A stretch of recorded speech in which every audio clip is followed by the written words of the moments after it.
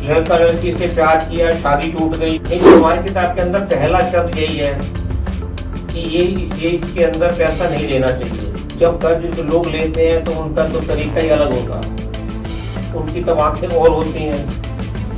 तब तो नई नई बातें करके मेरे घर में ये हो गया वो हो गया, दुनिया भर की बातें बनाते हैं। और जब वापस देने का समय आता है तो उनके घर में सारी परेशानी आ जाती है, चाहे वो नहीं भी हुई होती। आज जिसके साथ भी प्यार करना चाहे तो उसके अंदर परेशानी है।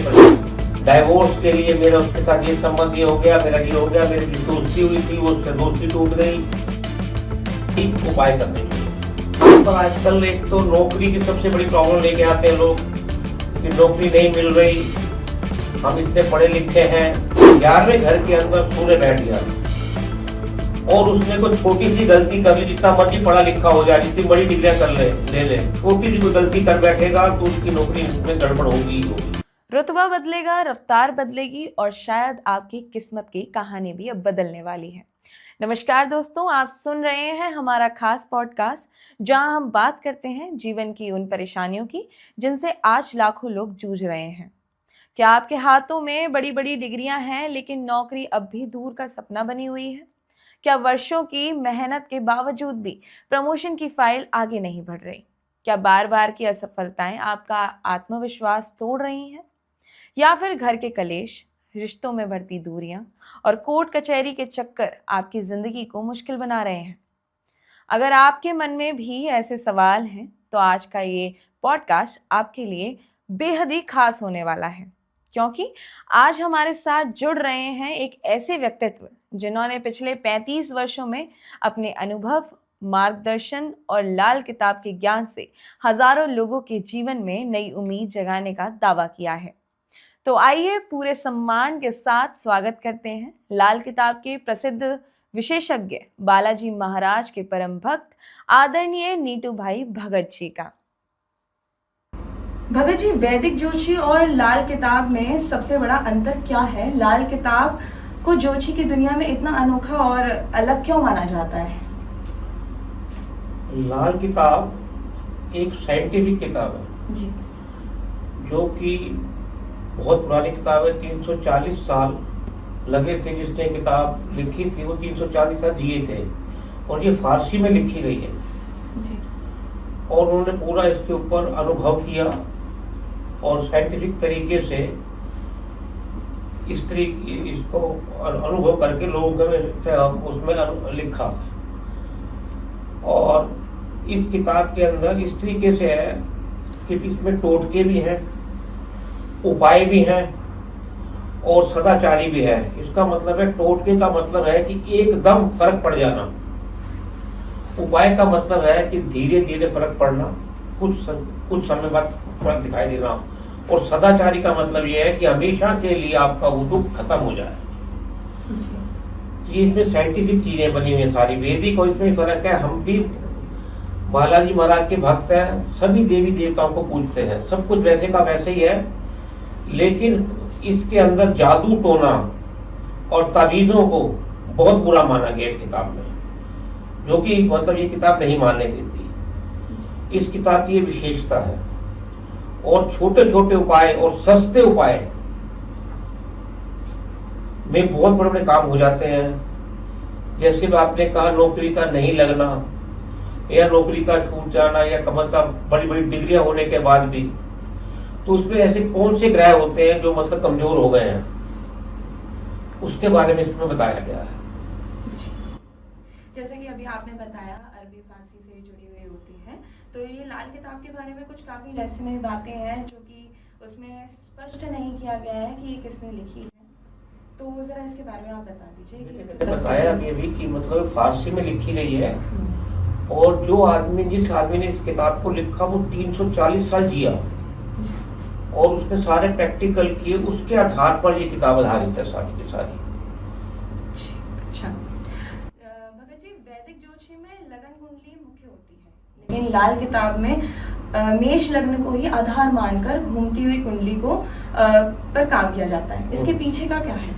इसके अंदर यह है कि जो आपका पहला घर होता है उसको हम मेन लगन मान लेते हैं उसी के आधार पर ये सारा मतलब निकाला जाता है कि पहले घर में क्या आएगा, दूसरे घर में क्या आएगा, उस हिसाब से चलते हैं। मेष क्योंकि पहला घर है, ग्रह पहला है, उसके हिसाब से पहले घर उसको लगन को मान के तो उसको बनाया जाता है। फिर इसके अंदर हम उसको करने के बाद फिर वर्ष फल भी निकालते हैं कि मान लो ये जिसने किताब लिखी उसने 120 साल तक का चार्ट बनाया कि अगर आपका मान लो अब जन्म हुआ है तो 15वें साल में वो ग्रह कहाँ पर पहुंच जाएगा, 35वें साल में कहाँ पहुंचेगा, उस हिसाब से इस किताब की रचना की गई है।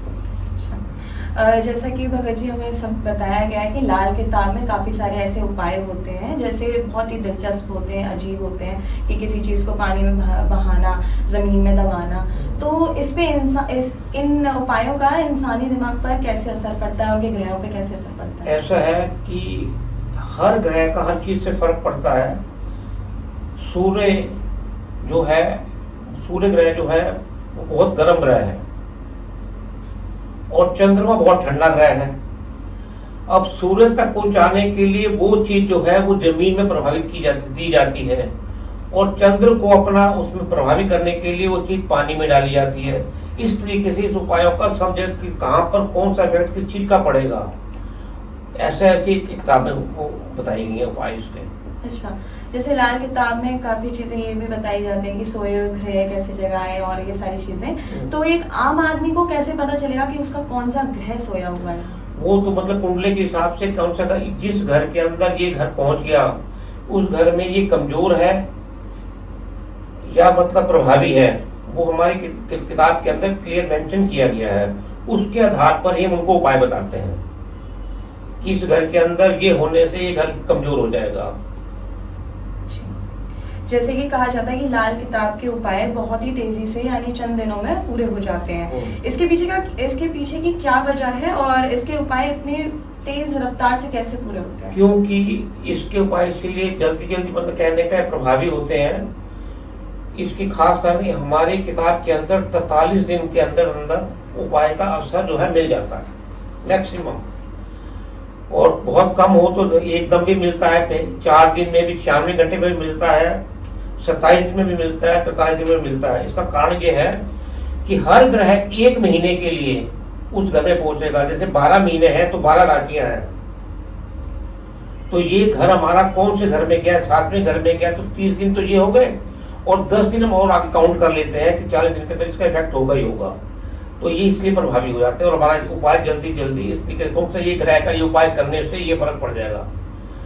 मान लो कि एक घर चंद्र है, चौथे घर में बैठा है और चौथे घर से मतलब कहने का है कि 30 दिन का होता है। हम कोई भी चंद्र का उपाय करेंगे तो उसका इफेक्ट 30 दिन के अंदर होगा ही होगा, क्योंकि 5वां घर फिर बदल गया, वो 5वां महीना बदल जाएगा, तो इसे चौथे महीने को उसका अंदर इफेक्ट पड़ेगा ही पड़ेगा। जैसे कि लाल किताब में स्पष्ट है लिखा हुआ है कि निःशुल्क उपाय लेना मना है, तो ये ज्योतिषी कारण क्या है इसके पीछे कि इसका निःशुल्क उपाय लेना चाहिए? तो ऐसा होता है कि किताब पैसा जो उपाय कैसा करना, कुछ करके जाना, लेकिन उस धर्म के काम में ही लगाना चाहिए पैसा। निःशुल्क तो मतलब कहने का आजकल तो सब्जियों के ऐसा कुछ हो गया है कि हर चीज के लिए पानी, बिजली, सब चीजें खर्चे शुरू हो गए हैं। नहीं तो हमारी किताब के अंदर पहला शब्द यही है कि ये इसके अंदर पैसा नहीं लेना चाहिए,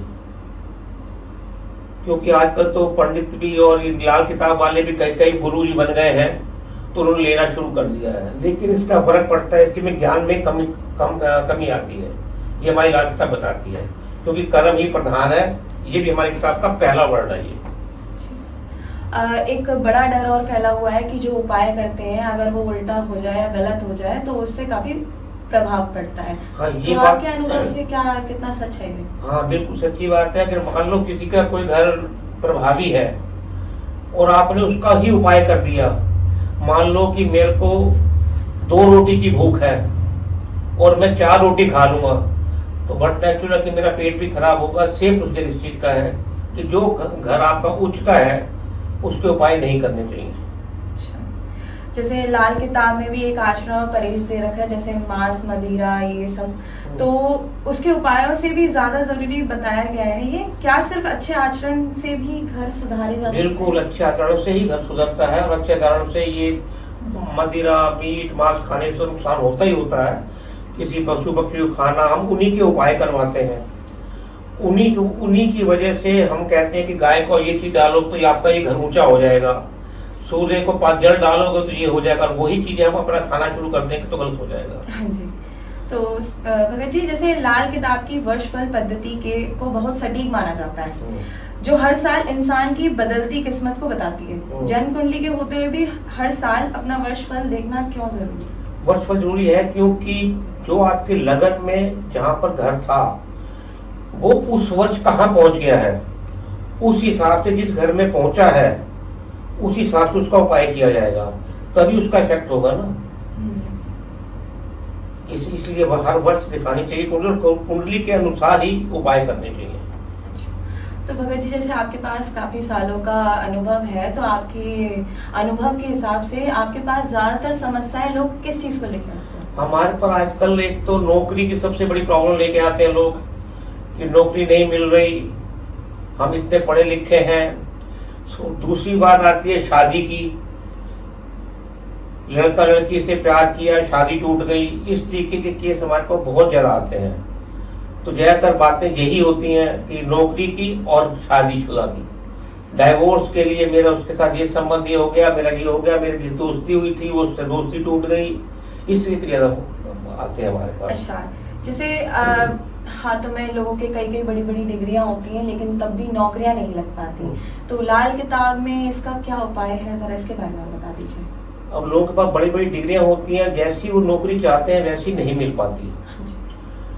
और सबसे बड़ी बात होती है कि उसका जो 10वां घर शनि का है, उस घर के अंदर कौन सा ग्रह बैठा हुआ है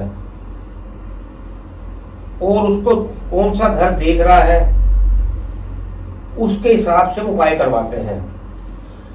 वैसे तकरीबन जो होता है शनि के घर के अंदर जो सबसे बुरा माना जाता है बृहस्पति को, जब ये घर वहां पर आ जाएगा तो उसको बहुत परेशानियां आ जाएंगी। ऐसे ही उसके साथ देखा जाता है 11वें घर को, उसके अंदर ये देखना होता है कि सूर्य कहाँ बैठा है। अगर नौकरी में गड़बड़ होती है सूर्य कहाँ बैठा है, क्योंकि सूर्य जो है मैनेजमेंट, नौकरी और सब चीज को ही दिलवाता है। सूर्य शनि ठीक होंगे, चंद्र ठीक होगा तो उसको अच्छी नौकरी मिलेगी। अगर ये ग्रह वीक होंगे तो नौकरी में दिक्कत आएगी।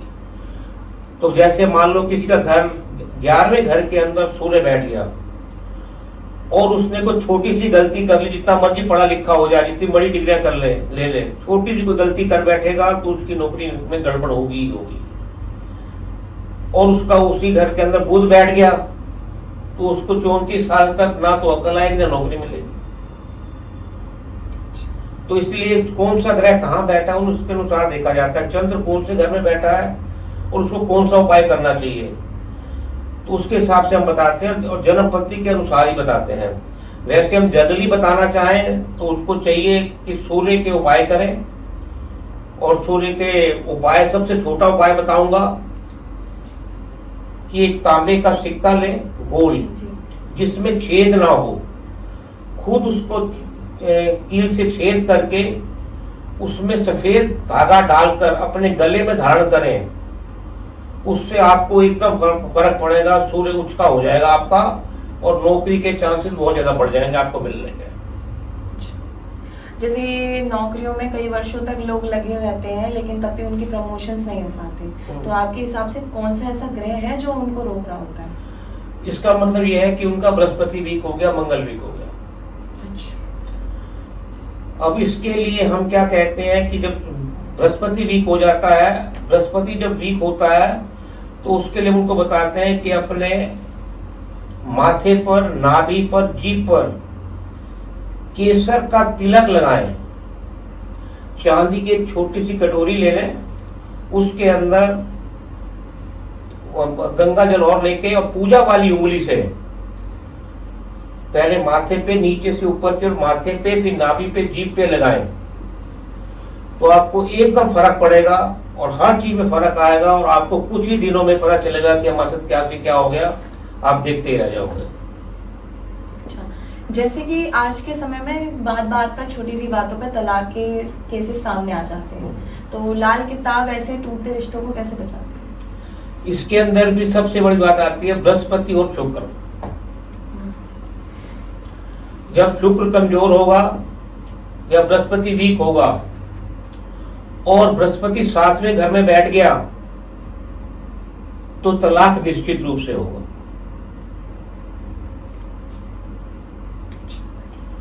और शुक्र जो है 11वें घर में बैठ गया, वो एक आदमी के होते हुए दूसरे आदमी से संबंध स्थापित करवा देगा। तो इसके लिए लड़कियों को चाहिए या लड़कों को चाहिए, कोशिश करें कि पीले कपड़े धारण करें, नीले काले कपड़ों को अवॉइड करें और अंडर गारमेंट्स तक पीले डालें और 4 किलो चने की दाल लेके चलते पानी में प्रवाह करें तो एकदम ऐसा फर्क पड़ेगा उनको। ये जिंदगी में जो भी तोड़ फोड़ हो रही है, दोस्ती जो खत्म हो रही है वो नहीं होगी और अच्छे संबंध स्थापित होंगे। जैसे काफी माता पिता ऐसे होते हैं जिनके बच्चे बहुत जिद्दी होते हैं, उनका कहना नहीं मानते, तो उनके लिए कुछ एक आसान घरेलू उपाय बता दीजिए। देखो, बच्चों का जिद्दी होना, वो माँ बाप जो है मतलब पहले बच्चों को प्यार बहुत करते हैं, उनको लाड़ प्यार देते हैं, इतना लाड़ प्यार देते हैं कि वो हर चीज ला के देते हैं। और उनके पास अगर दादा दादी आना शुरू कर दें तो सोने पे सुहागा। जो चीज माँ बाप नहीं दे रहे तो वो दे देते हैं। तो बच्चा इतना जिद्दी हो जाता है, फिर वो खाना खाने तक भी छोड़ देता। मैं खाना भी नहीं खाऊंगा, पहले ये चीज ला के दो, वो चीज। तो इसके लिए सबसे बड़ा अचूक और ठीक उपाय है, एक चांदी की चेन लें जो उस बच्चे की माँ है वो खुद पहने 96 घंटे के लिए, और फिर वो उस बच्चे को पहना दे। तो बच्चा मतलब कहने का है जिद करना छोड़ देगा और मतलब धीरे धीरे करके बिल्कुल ठीक हो जाएगा। और मतलब कहने का बिल्कुल जैसे आम बच्चा होता है उस तरीके से करना शुरू कर देगा। ऐसा महिला किताब बताती है। जैसे चलता हुआ बिजनेस अक्सर काफी देखा है हमने कि ठप हो जाते हैं, तो उसमें ऐसा क्या है जो उनकी ये मंदी होती है या फिर नजर लग जाती है? इसका कोई एक समाधान आप बता दीजिए। देखो, नजर लगना मेरा काम नहीं चल रहा, उसके ऊपर नजर तो मंगल की बात हो गई कि पड़ोसी की नजर लग गई, उसने कुछ फेंक दिया, उसने कुछ करवा दिया। ऐसी बातें भी आती है हमारे पास कि मेरी तो जब से वो वहां से आया, जब से उसने घर में सामान भेजा तो मेरा काम बंद हो गया। तो उसमें तो मंगल हो गया, लेकिन काम बंद होने के कारण शनि का भी है। अब आप कौन सा काम कर रहे हैं, कैसा कर रहे हैं, किस तरीके से हो रहा है, तो उसके लिए जो उपाय होता है वो बताते हैं। फिर उसके लिए अब अगर उसके घर पे नजर लग गई है तो मंगल के उपाय कराए जाएंगे। तो मंगल के उपाय के लिए उसको चाहिए कि अपना बालाजी दरबार में जाए, हनुमान जी को उसमें जाए और 400 ग्राम पताशे हर मंगलवार को चढ़ाए, लेकिन वहां से प्रसाद लेकर वापस नहीं आना। अच्छा,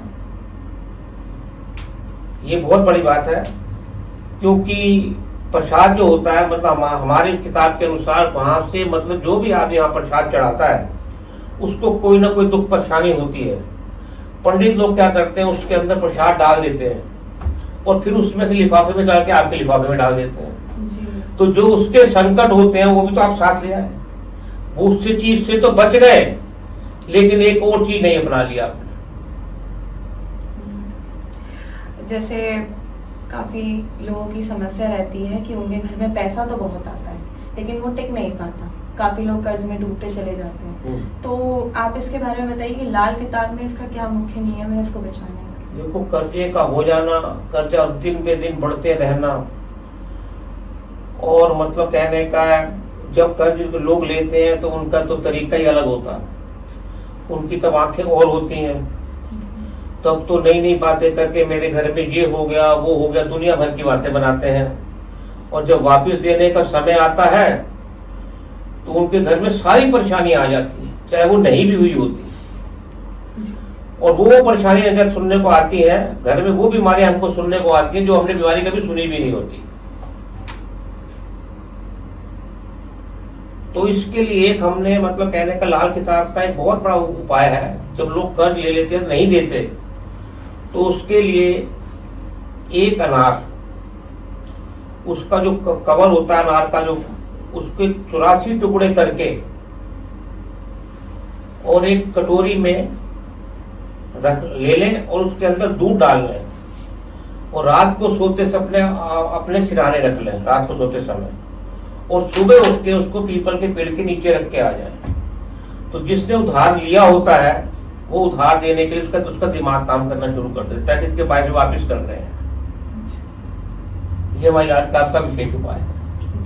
भगत जी, जैसे समाज में काफी मांगलिक दोष का डर बहुत फैला हुआ है, तो क्या ये सच है कि मांगलिक ही मांगलिक से शादी कर सकता है, गैर मांगलिक से नहीं? ये लाल किताब में इसका क्या है? लाल किताब के अंदर यदि पहला, चौथा, सातवां, आठवां या 12वां घर के अंदर मंगल होगा तो इसका मतलब वो जातक जो है वो मांगलिक है। हमारी किताब के अनुसार मांगलिक की शादी मांगलिक से ही होनी चाहिए। अगर किसी कारणवश वो नहीं हो पा रही है या गलती से लव मैरिज कर ली है तो उसके लिए उपाय है हमारी किताब में। उसमें क्या उपाय है कि 4 किलो गुड़ की रेवड़ियां लेकर उसको अपने ऊपर 7 बार वार कर हर वर्ष चलते पानी में प्रवाह करें। और लाल किताब के अंदर ये बताया गया कि अगर मांगलिक बच्चा है तो उसके अंदर दिखते भी बहुत है। यदि अगर मांगलिक की शादी मांगलिक से नहीं होती तो दोनों में से एक के तो पेट में दर्द रहेगा दोनों में से, या दोनों में से एक की डेथ भी हो सकती है, या मतलब उनके जो औलाद होगी या मूर्ख या धूर्त तक होगी या होगी ही नहीं। ये मांगलिक दोष का सबसे बड़ा विशेष कारण है। इसके लिए हमने ये उपाय बताया, ये 4 किलो गुड़ की रेवड़ियां लेके चलते पानी प्रवाह करें और हर वर्ष करना चाहिए ये, तब तो ये मांगलिक दोष खत्म हो सकता है, अन्यथा बहुत मुश्किल है। लेकिन हमारी किताब इसके अंदर एक और भी चीज बताती है। वो कहती है कि अगर आपकी गलती से शादी आपने कर ली या मजबूरी में करनी पड़ रही है तो आप उसी लड़की या उसी लड़के के साथ जैसे ही आपने फेरे लिए हैं साथ, उसके कुछ क्षण बाद, घंटे बाद, 2 घंटे बाद या अगले दिन उसी लड़के या लड़की से विधि अनुसार 4 फेरे, जिसे शिव विवाह बोलते हैं, वो ले लीजिएगा तो आपका मांगलिक दोष खत्म हो जाएगा। जय श्री बालाजी महाराज। जैसे लाल किताब का माना जाता है कि उनके उपाय काफी जल्दी असर करते हैं, तो इसके पीछे का विज्ञान क्या कहता है?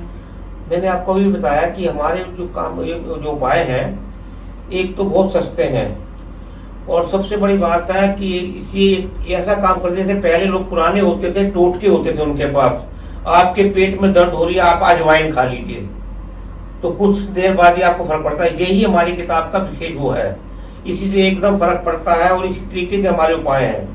ऐसे ही शनि, राहु, केतु के सारे उपाय, जबकि हमारी किताब के अंदर ये क्लियर मेंशन किया जाता है कि ये करने से ये ग्रह यहाँ पहुंचेगा और आपको ये तकलीफ बंद हो जाएगी।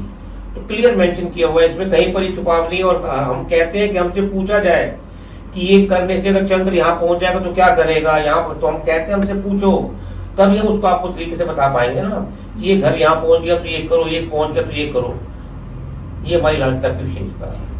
तो जो हमारे दर्शक हैं वो आपसे जानने के लिए अपनी परेशानी, अपनी जन्मतिथि कुंडली, तो कैसे वो आपसे संपर्क करें?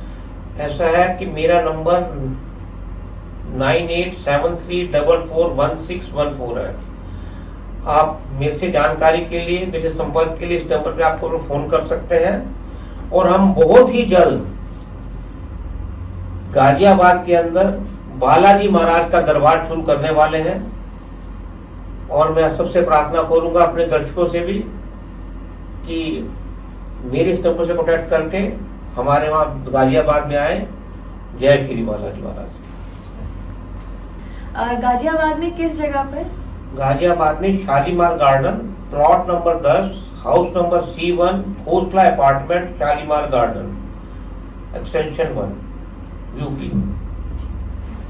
भगत जी, अभी हमारे पास दूसरे दर्शक की कॉल आई है, तो वो आपसे अपनी एक बार जन्मतिथि निकलवाना चाहते हैं। उनकी डेट ऑफ बर्थ है 5/5/2000, समय है 3:55 शाम का। जन्मस्थान मथुरा। ठीक है बेटा,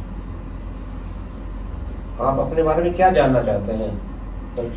वो अपने उनके बता दीजिए उनके कैरियर के लेके, मैरिज को लेकर, और आगे फ्यूचर कैसा जाएगा, फ्यूचर जो ईयर है 2026, इन सब के बारे में। देखो, जो जन्म कुंडली है, इनके अनुसार इनकी राशि वृषभ है और इनका जो राशि का स्वामी है वो शुक्र है। जो इनका जो पीरियड चल रहा है वो राहु में बुध चल रहा है, जो कि अच्छा नहीं होता। और सबसे पहले मैं जिनकी जन्मपत्री है उनसे क्वेश्चन करना चाहता हूं कि जो मैं बताने जा रहा हूं, क्या उनके नाभि के नीचे और जांघ के ऊपर तिल का निशान है? क्योंकि मैं सबसे पहले जब ये करता हूं तो उससे पहले जन्मपत्री मिलाता हूं कि उनके साथ मिल रही है या नहीं मिल रही है, उनके शरीर के साथ, तभी पता चलेगा कि मैं सब कुछ ठीक बता रहा हूं या नहीं।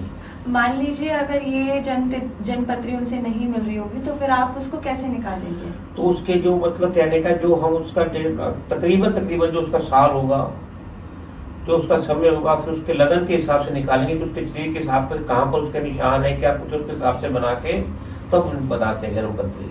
फिर उसको बताते हैं कि आपका जन्म से ऐसे बन रहा है, तो उसके बाद में आपके साथ ऐसे ऐसे चीजें हुई होंगी, ऐसी घटना घटित हुई होंगी, तब बता। अब जिनकी जन्मपत्री जो जहाँ तक हमसे पूछ रहा है, उसके हिसाब से उसके फादर सूर्य, मतलब उसका सूर्य भी कमजोर है, बृहस्पति भी कमजोर है, शुक्र भी कमजोर है, शनि भी कमजोर है, बुध भी कमजोर है। ये सारे पांचों के पांचों ग्रह मौत के घर में बैठे हुए हैं, 8वें घर में। जो हमारी किताब बताती है 8वें घर में जब घर बैठ जाते हैं तो सारे घर लीक हो जाते हैं।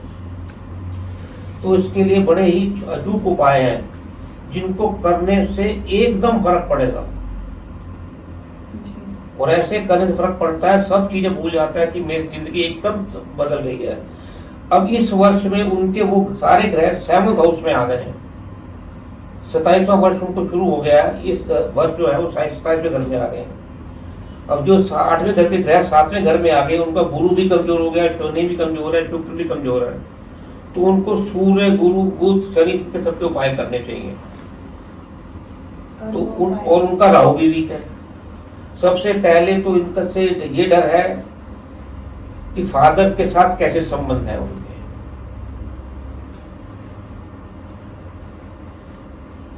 उनका जीवन फादर के साथ कैसा है। शनि भी उनका वीक है। शुक्र मतलब जो उनकी जीवनी है, सारी जिंदगी, आज जिसके साथ भी प्यार करना चाहे तो उसके अंदर परेशानी है, परेशानी है।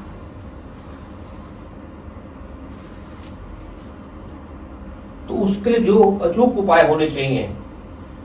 अब मान लो शुक्र उनका 8th हाउस में बैठा है, तो उनको जिमीकंद लेना चाहिए 8 किलो।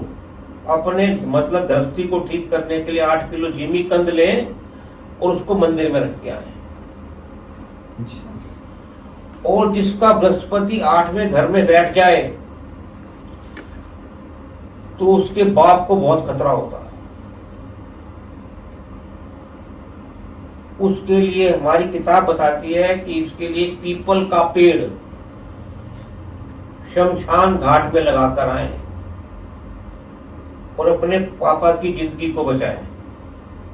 जैसे अभी आपने थोड़ी देर पहले बोला था कि पिता से संबंध कैसे होना चाहिए, तो मतलब आपने नेगेटिव में बोला था, पॉजिटिव में कि मतलब बिगड़े हुए होंगे या फिर देखो, सूर्य जब 8वें घर में बैठता है तो संबंध अच्छे नहीं होते। जैसे कुछ आप उदाहरण बता दीजिए संबंध। अब सूर्य 8वें घर में क्या करता है कि मतलब कहने का, देखो कि यहाँ वीक हो गया सूर्य, और इस साल जो बैठ गया वो 7वें घर में बैठ गया। अच्छा होते हुए भी अच्छा नहीं होगा। दोनों के विचारों में मतभेद हो जाएंगे। तुम ऐसे कर लो, मैं ऐसा नहीं होगा, मैं ऐसा, इस तरीके से संबंध बिगड़ते चले जाएंगे। तो उसके लिए क्या कहती है हमारी किताब, अगर 8वें घर का उपाय करवाते हैं तो उसके अंदर कहती है कि 800 ग्राम गुड़ और गेहूं, 800 ग्राम ही गेहूं आप 8 दिन लगातार इतवार से इतवार मंदिर में रख दें, तो संबंध अच्छे हो जाएंगे और काम भी बनना शुरू हो जाएगा। लेकिन इस वर्ष में 7वें घर में आ गया है, तो एक तांबे का चौरस टुकड़ा 1x1 का 7 टुकड़े लेकर वो वीराने में दबा दें। बाप बेटी के संबंध बहुत अच्छे हो जाएंगे और उस बच्चे का काम निश्चित रूप से बनेगा जो वो चाहती है, कोई रोक नहीं सकता उसको। इसीलिए मैं कह रहा हूँ छोटे छोटे उपायों को करने से इतना फर्क पड़ जाता है। इस जन्मपति जिसकी भी है उनको चाहिए मेरे से आके अलग से मिले, उसको मैं छोटे छोटे उपाय लिख के दूंगा और करे, और निश्चित रूप से उसकी जिंदगी चेंज हो जाएगी। मैं दावे के साथ कह सकता हूँ। जय श्री बालाजी महाराज। तो दोस्तों, आज की इस खास बातचीत में हमने जाना कि किस्मत सिर्फ हाथों की लकीरों से नहीं, बल्कि सही कर्म, सही मार्गदर्शन और सही समय पर किए गए प्रयासों से भी बदलती है। आदरणीय नीटू भाई भगत जी ने लाल किताब के अनेक रहस्यों, ग्रहों के प्रभाव और जीवन की बड़ी समस्याओं के समाधान पर अपने अनुभव हमारे साथ साझा किए। उम्मीद है कि आज की यह चर्चा आपके जीवन में नई सोच, नई उम्मीद और नई ऊर्जा लेकर आई होगी। अगर आप भी करियर में रुकावट, व्यापार में नुकसान, पारिवारिक कलह, वैवाहिक समस्याओं या किसी अन्य परेशानी से जूझ रहे हैं, तो निराश मत होइए। हर समस्या का समाधान होता है, बस सही दिशा और सही मार्गदर्शक की आवश्यकता होती है। भगत जी, आपका बहुत बहुत धन्यवाद कि आपने अपना अमूल्य समय निकालकर हमारे दर्शकों और श्रोताओं को इतना महत्वपूर्ण ज्ञान प्रदान किया। और दोस्तों, अगर आपको आज का ये पॉडकास्ट पसंद आया हो तो इसे लाइक करें, चैनल को सब्सक्राइब करें और अपने दोस्तों और परिजनों के साथ ज़रूर शेयर करें। हो सकता है आपका एक शेयर किसी की जिंदगी में उम्मीद की नई रोशनी बन जाए। मैं श्रेया ठाकुर आपसे विदा लेती हूँ। मिलेंगे जल्द ही एक नए पॉडकास्ट, नई चर्चा और नई प्रेरणा के साथ। तब तक मुस्कुराते रहिए, आगे बढ़ते रहिए और अपने सपनों पर विश्वास बनाए रखिए। जय बालाजी महाराज की। नमस्कार।